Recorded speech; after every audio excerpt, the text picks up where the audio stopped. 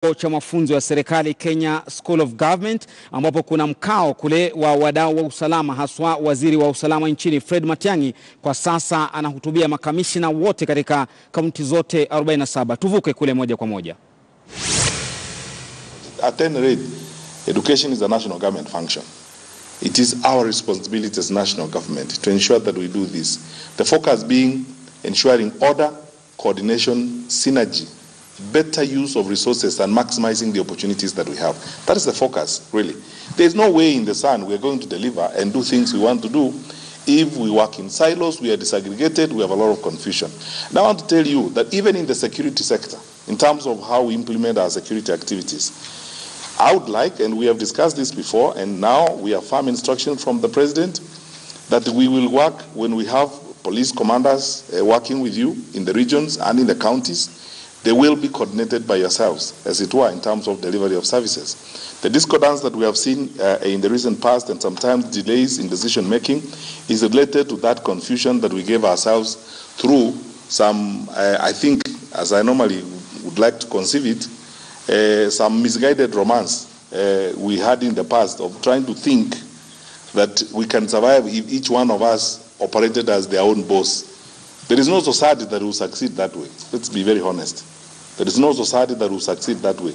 We have to be coordinated, we have to be organized, we have to harmonize our approaches, and we have to be humble enough to know this. And that is what I'm telling all my colleagues from other departments. We have to be humble enough to know that we have to be coordinated. When we get to the region, one person chairs regional meetings, and that person is the regional commissioner, and coordinates the rest of the public servants, as it were, who are working in that particular region, so that government activities get implemented. It also comes with greater responsibilities because I heard my colleague Jim very clearly. He won't pay contractors without the concurrence of the regional commissioners and the county commissioners. So certificates will be filed. If people are lying to us about roads they have done and you are satisfying them, you will be the first person to take responsibility. It's plain and simple.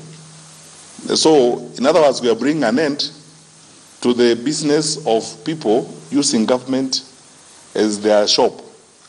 The shopkeeper mentality that has characterized some of the way in which we behave. So that when projects are being done, everybody thinks they have now opened their shop. Therefore, it has to be, you are your own boss, you are the other boss, and that kind of thing. And I have heard my colleague Kateri very clear that when we're having negotiations and issues about way leaves, compensations, implementation of energy projects, we're ending the era of people lying that, in this part of the sub-county, we have X number of transformers when they don't exist. So if the county commissioner says that is the number of transformers, and it's your word we are going to believe because you're the county commissioner, what that means is in actual fact is that you take responsibility. That's how it's going to go. That's how we are going to work. And please mark and underline the words that PS Kibicho used. We want to take our ministry's interior and coordination of national government. We want to take our responsibilities on coordination of national government seriously. That is what it means. The national government at all levels will act in coordination. We will act in consonance.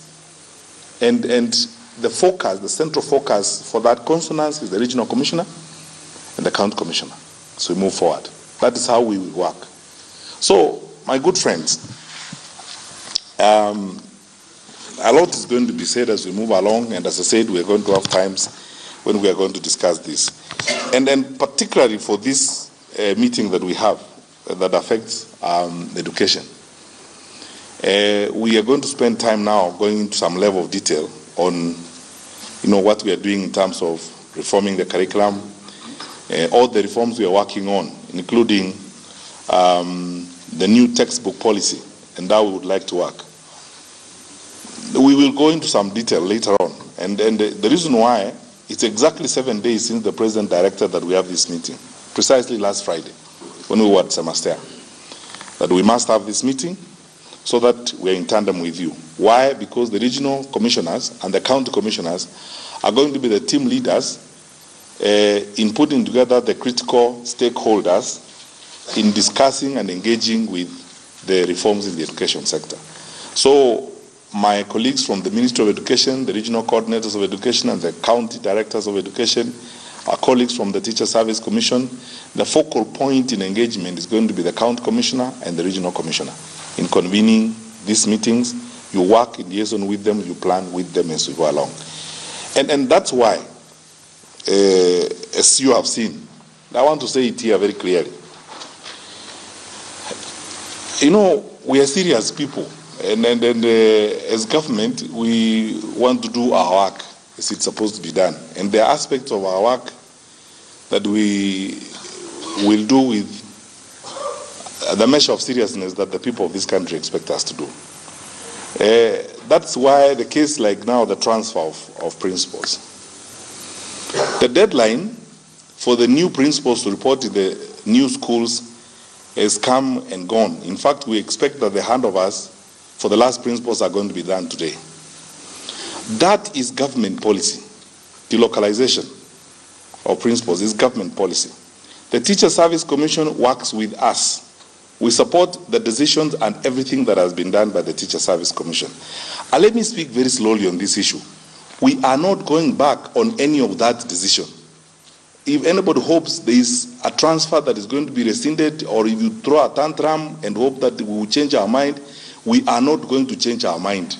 You can throw your tantrum as many times as you want.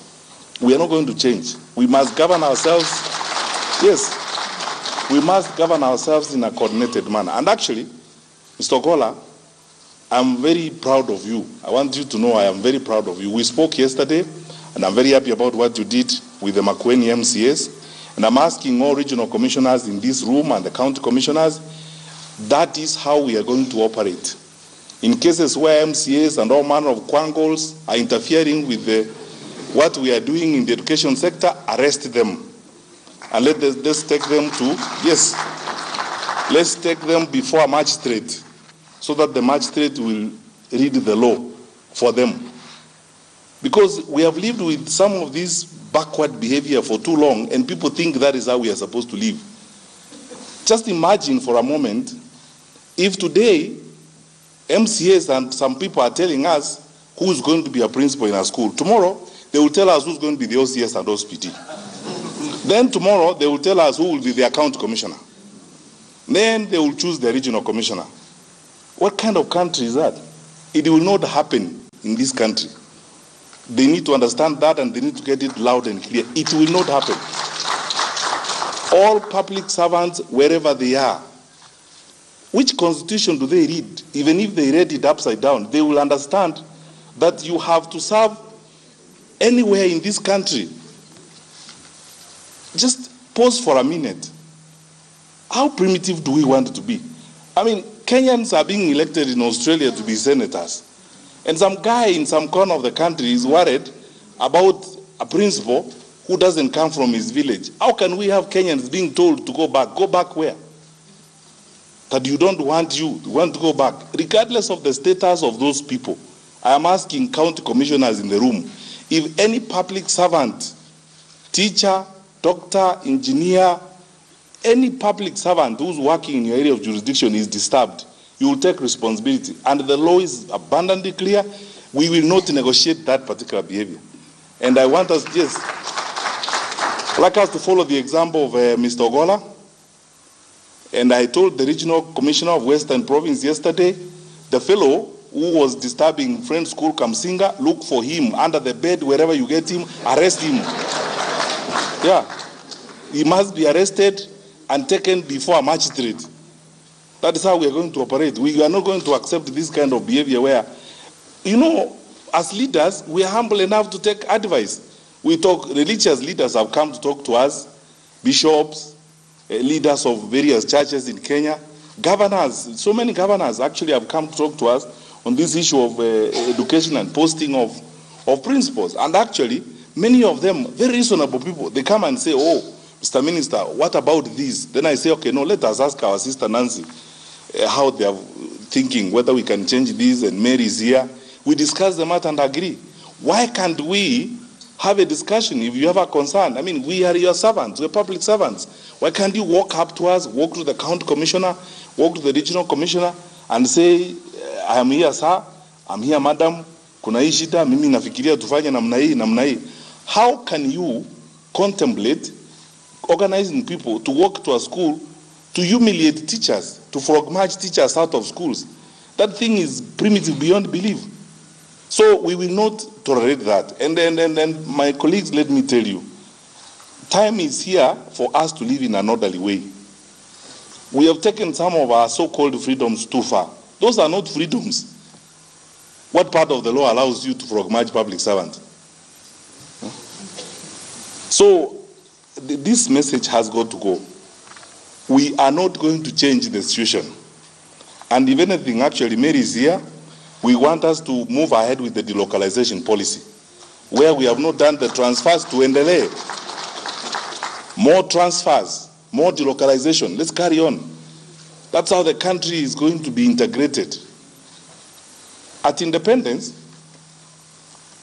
if we were to be very honest with one another, at independence, one of the goals of our education was to help us achieve national integration, isn't it? Now, your guess is as good as mine, whether we actually have achieved national integration, or we have retreated to villages. That's why now villagers will tell you who should be a vice chancellor of a university. Say, oh, this is our university, we want our own son, our own boy. If you are a serious, solid academic, you should be hired anywhere in the world. You can even go to Nigeria and become a vice chancellor, or you can even go to wherever and become a vice chancellor. So why must your clansmen be the ones to tell us, oh, this is our boy, make him the vice chancellor? And we have lived it that way, and then education has actually failed to achieve the objectives we intended it to achieve. We brought in this son of the soil nonsense, what have you, people must be our own, and so on and so forth. So what happens is, and let me be frank with you, because I have data, and my colleagues from the Ministry of Education here will tell you the truth. We have now discovered the horror stories when we did the transfers the other day. And that is why you are seeing the things you are seeing. In some schools, where auditing and records were hidden for all the time, we are now discovering schools that had debts, 62 million, 42 million, 30 million. Money borrowed fraudulently and hidden, spent with these characters who are defending these principles, who want them to remain. They don't want them to remain because they love them. They want them to remain to perpetuate the culture of corruption, which is hurting access to education. So that our children, we're making education expensive. We borrow money, we do all manner of silly things. In the process, we tell the parents to pay that money. And then we lock out, most of our children because not all parents can afford. So that is why we must clean up the road in the education sector. Whatever it is going to take. If we love our country, and I believe we all do, this is the time to take those decisions. Not everything is going to be popular, that we know, and those of you who are administrators, you probably know this better than I do. But look, we are not here to be popular. And actually, I would rather be unpopular and right than be popular and wrong. So the issue is, let us focus on what must be done. County commissioners, I think I have communicated this loud and clear. I had a good chat yesterday with the Inspector General of Police, Mr. Poinet. Our instructions remain. Where there is any effort to disrupt the work of public servants, arrest those people promptly, lock them up, take them before to pereke kwa magistrate. Awasomee sheria so that they understand the law, how the law is supposed to work.